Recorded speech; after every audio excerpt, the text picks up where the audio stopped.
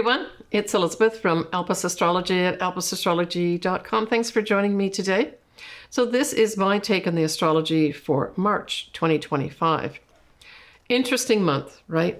So this is starting our eclipse season. So all of March has two eclipses, one in Virgo and one in Aries. But wait, there's more. We have both Mercury and Venus going retrograde. And we have the spring equinox. And finally, we have Neptune ingressing or going into Aries at the end of the month. So let's get into it. So we'll start off on the 2nd of March, where we will have Venus going retrograde, and it will go retrograde at 10 Aries, 50 minutes. And this is significant because we're talking about what? When we're talking about Venus, we're talking about women, anything pertaining to women, but we're also talking about money and values. So right when we kick off the beginning of March, these things are going to be coming up to be reviewed, right, during the retrograde. Both Mercury and Venus, kind of in tandem, are going retrograde at similar degrees. And likewise, they're going direct at similar degrees in Pisces in April. I'll cover that more in April, but just to give you a heads up on that. All right. So we have, for the USA anyway, the 9th of March, our clocks go forward as well, just to confuse us a little bit more, right? So the first eclipse that's going to happen will be in Virgo. It will be at 23 Virgo, 56 minutes, which rounded up to about 24 degrees Virgo. So that's the moon. But because it's a full moon, that means the sun is in the opposite sign at the same degrees, but in Pisces instead. So look to see if you've got anything, say, around 24 degrees, firstly of Virgo, and then opposite sign, which is Pisces. In terms of what kind of transits go with this, we have that moon, the full moon, conjunct the south node. And this is in Virgo. And if we think about, well, what's Virgo all about? Virgo can be about our health. It can be about important facts or important information. Mercury rules Virgo, so we look to where is Mercury. And so when I looked at the moon conjuncting the south node, I thought that potentially there's going to be important facts come from the past. South node is the past, as well as the moon, by the way. That's something to do with a health crisis. Now, we've already got something ongoing. I'm making this video kind of mid-February 2025. So there is something going on right now. But this is going to bring it to a big head, right? But it can also have to do with just straight off important past information and facts come to light, right? And if we look at other things that are happening, we've got that moon opposite Saturn. And so this is saying follow the rules and regulations as I say them. So those in command of, say, old institutions, or they have the rules and regulations that they can exert on you, they're going to be doing it at this full moon. Now, nicely, we have a setup of Uranus trining the moon, and then, of course, sextiling the sun. But honestly, even though this is a trine, and it's certainly favorable energy, because Uranus's energy is sudden, unexpected things happening, I really got this because that moon, which is trine Uranus, is also conjunct the south node. I just got this sudden removals of some sort coming about. That's what I get at this whole thing. Now, I did do an actual video on all 4 eclipses in 2025. So the eclipses happen in March and September. And they're really important eclipses, all of them actually. But this one in particular is a big one because in Virgo, because it's got a companion eclipse, a new moon eclipse that happens in September, the latter part of September 2025. So look to what happens here let's just say the first half of in March 2025, especially regarding what Virgo is ruled by, and that's Mercury. So that means communications, messages, important information, important facts. Pay attention to what comes up at this eclipse, because it's going to reveal a new beginning the latter part of September 2025, right? When we have our second eclipse in Virgo, but that one in September will be a new moon.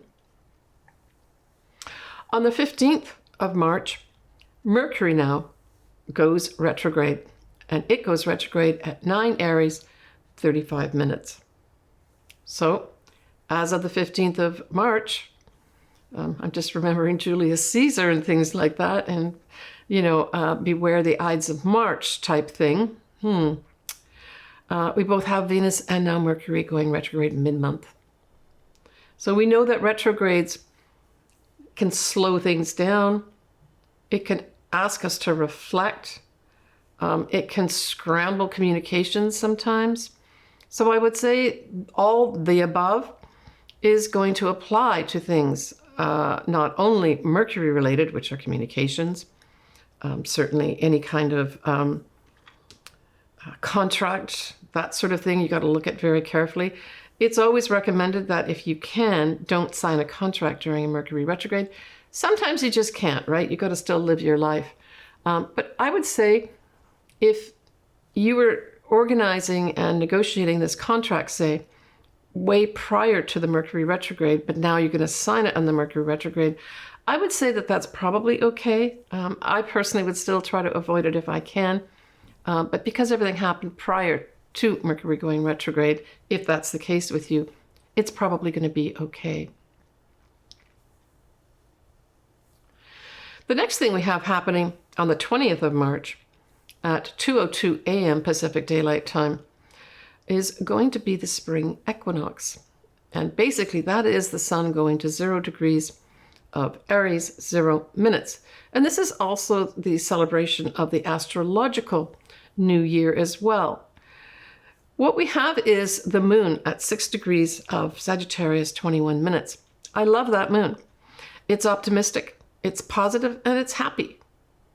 So there may be a lot of optimism around the spring equinox. A lot of emotional happiness for some people, especially if you've got, say, something in Sagittarius that's around, let's say, 5, 6, or 7 degrees of Sagittarius. There could be some nice things coming for you for the next 3 months from the 20th of March. So we also have the Neptune and North Node conjunct in Pisces. And because we've got the sun at 0 degrees of Aries, it also is conjunct. So I see this as potentially very inspirational, that we may feel inspired with regards to our collective destiny. The destiny part is the North Nodes. The Neptune is our inspiration. And certainly if you've got anything in the arts, music, dance, even film, that type of thing, this could be a very positive time period, starting at the spring equinox for, say, about 3 months or so. But the other thing that Neptune does, of course, is it dissolves things, and it also can cast a cloud or a confusing type energy around. So that although there may be some happy, optimistic times emotionally, there may be also this sort of reticence about, yeah, but I'm really not sure where our collective destiny is going. It's not clear to me. At the spring equinox, we also have Mars widely trine Saturn. This is a good thing. Trines are always positive. And so this is basically taking positive, forward-moving energy, Mars, together with Saturn, which is our rules, our regulations, those experts. So there may be some expert movement forward as a result of something that those that are experts say, now's the time to go ahead. Now's the time to move forward. So it's coming from more the old institutions as opposed to new ones, but it's certainly people who know the rules and regulations are saying, go, this is the time to do it. So the second eclipse of March is going to be the final eclipse in Aries, because as you recall, the past 18 months or so, we've had eclipses in both Aries and Libra. This one is in Aries. It's a new moon, which bodes well, and is at 9 degrees of Aries, 00 minutes on the 29th of March at 3:58 a.m. Pacific Daylight Time. Now, the ruler of this eclipse is Mars. So we look to say, well, where is Mars? Mars is square Chiron. And so at this eclipse, I really do believe there's going to be some health issues that escalate, right? The Mars part is escalating. The square is difficulties and Chiron is health. So we're going to have to take a look at what happens at this time. But that is what I see happening here. We also, though, nicely have a sextile between Saturn and Uranus. So this could see new, unique ideas to old problems. Well, hopefully those new, unique ideas to old problems is to do, or has to do, with the health issues that are going to pop up here. Mars, again, sextiling Uranus, basically supports, it's a supportive thing here, where it actually says, you know, what have we got going on here that's we need to break free from? So the breaking free is Uranus, and the Mars is energy to make it us break free. Opportunities to break free. Opportunities for independence. Right? And then Mars also squares Black Moon Lilith. And Black Moon Lilith can mean different things. A lot of times it'll say it's like the more difficult side of the feminine. But it can also just represent an energy of, I don't care what you think, I'm going to do what I want to do. And, you know, this whole thing of willfully doing something, right? Now, supporting that whole thing that I just spoke about with Mars and Black Moon Lilith is a yod. So we have a yod at this final eclipse in Aries. At its base, we have Saturn at 24 of Pisces, Uranus at 24 of Taurus, pointing to Black Moon Lilith, up there at about 23 of Libra. And so this is really, again, emphasizing this surprising, Uranus, willful, Black Moon Lilith, actions from the old guard. That's it. So this yod is standing out in relief or in neon, a neon sign, saying, you're going to have to get over this. You're going to have to work this through. And you're going to have these energies, though, that are saying, nah, I want to do it my way. And poof, surprising things coming up. But these are generated from the old guard because Saturn is involved here, right? So there may be some big upset, too, regarding old existing institutions as well as old and existing rules and regulations. So on the 30th of March, one more thing here, right? We have Neptune, ingress to Aries. Now, if we look at the last time we had Neptune in Aries, there were a few things going on. It's around 1861. We had the U.S.-American Civil War start. We interestingly also had the unification of Germany and Italy. And then we also have to ask, well, what does Neptune in Aries mean? And there's a few things. It's purposeful action, but also reaching for our individual dreams. And I really like that. In terms of what may evolve over Neptune in Aries, we may see AI increasing dramatically here and really evolving into something quite sophisticated. But also, when we look at Neptune, this can be religious stuff, right? And Aries is all about war. So I'm also thinking there may be some elements of a holy war going on as well with this Neptune going into Aries at the end of March. Let's hope that instead that Neptune can represent spirituality and that we can all take on the mantle of being more spiritual individuals and taking responsibility for emanating that, right?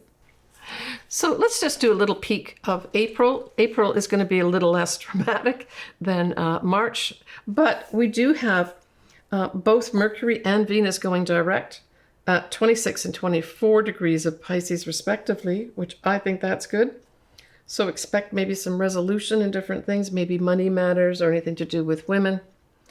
And then the moons we have in April are a full moon at 23 Libra and a new moon at the end of April at 7 degrees of Taurus. All right, let's move on next to the sun signs and our ascendants. You pick. I suggest you listen or watch for both. So Capricorn. Wow, that full moon is fabulous for you because it trines your sign and it affects your 9th house. But hey, you got a double thing here because in September, you have another eclipse that's going to trine your sign and affect your 9th house. So I would say that whatever comes to light at this time, and it could be, say, important information or facts that come up at this time, pay attention to them, especially if it's something to do with, say, a legal matter or publishing something of some sort, or if you wanted to start an advanced degree, or even if you wanted to travel, and dealing with people that are foreign, all that encompasses the 9th house. The other thing the 9th house covers too is visas and green cards. So if you are a Capricorn waiting for one, this could bring the end of the wait towards the first half of March. Or it could be the time that you get all your important facts and information and documents together, right? The first half of March, you submit it. And then in September, that new start happens when you got that visa, right? And that's going to be the latter half of September. I did do a whole video on this, Capricorn. Links are below if you want to look at the total span of all the eclipses in more detail. Now, that new moon in Aries, well, that squares your sign and it affects your 4th house. 4th house is your family, in particular your mother. It's your physical home. It's your family home. Now it says a new start, but there's some kind of challenge or maybe even a delay here. This could pan out as, I'm thinking, you want to buy your own place or you want to sell your place or you want to rent a specific place.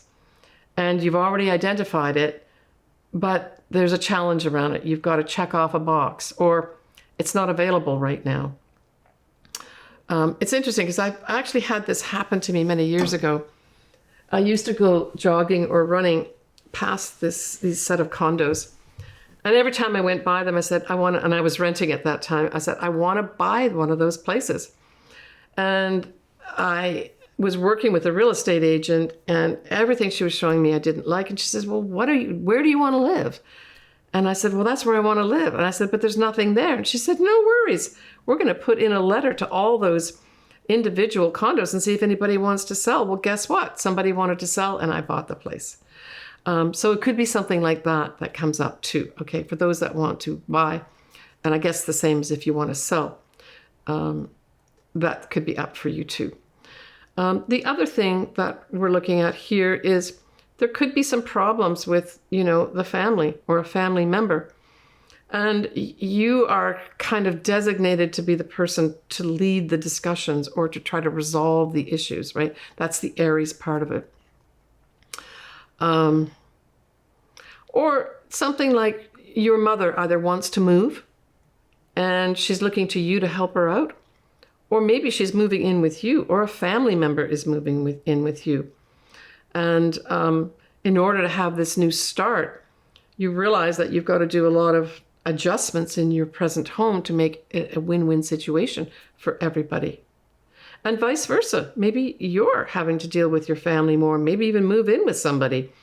And you're realizing that, there might be some challenges here to this new start. Just think outside the box, Capricorn, and everything is going to be fine, right? That's the best way to look at something like this. Well, you've got Pluto out of your sign now. Yahoo! So I'd love to hear from some Capricorns now that Pluto's completely never going back into your sign in this lifetime. All right. Take care, Capricorn. All right, everybody. that just about wraps up what I have to say about March. Wow, just a packed month. I'm just going to remind you again that I did do a whole video on all 4 eclipses in March and September, and all many details about what I think of them. The video is below. I will still cover, at least to some extent, in my monthly videos, the eclipses as well. So you don't have to go there. I will still cover it in my monthlies. But if you want a lot more details, I'd go to the actual video on it. I wish everybody the best of luck in March. It's going to be lots of twists and turns, is all I got to say. And if you do want your chart done, you know, I love doing it. All my services are below. I think most people can afford something in there. I'd be delighted to hear from you. If you've got any comments, especially if you've got comments to say, oh yeah, last time I had this, or say you comment as you have one of these eclipses in March and you say, oh wow, I just want to let you know what happened to me. I think all my viewers and my actual listeners like to hear and read that type of thing as well. So I encourage you to comment. All right, everybody, sending you lots of love. Take care of yourself, and bye for now.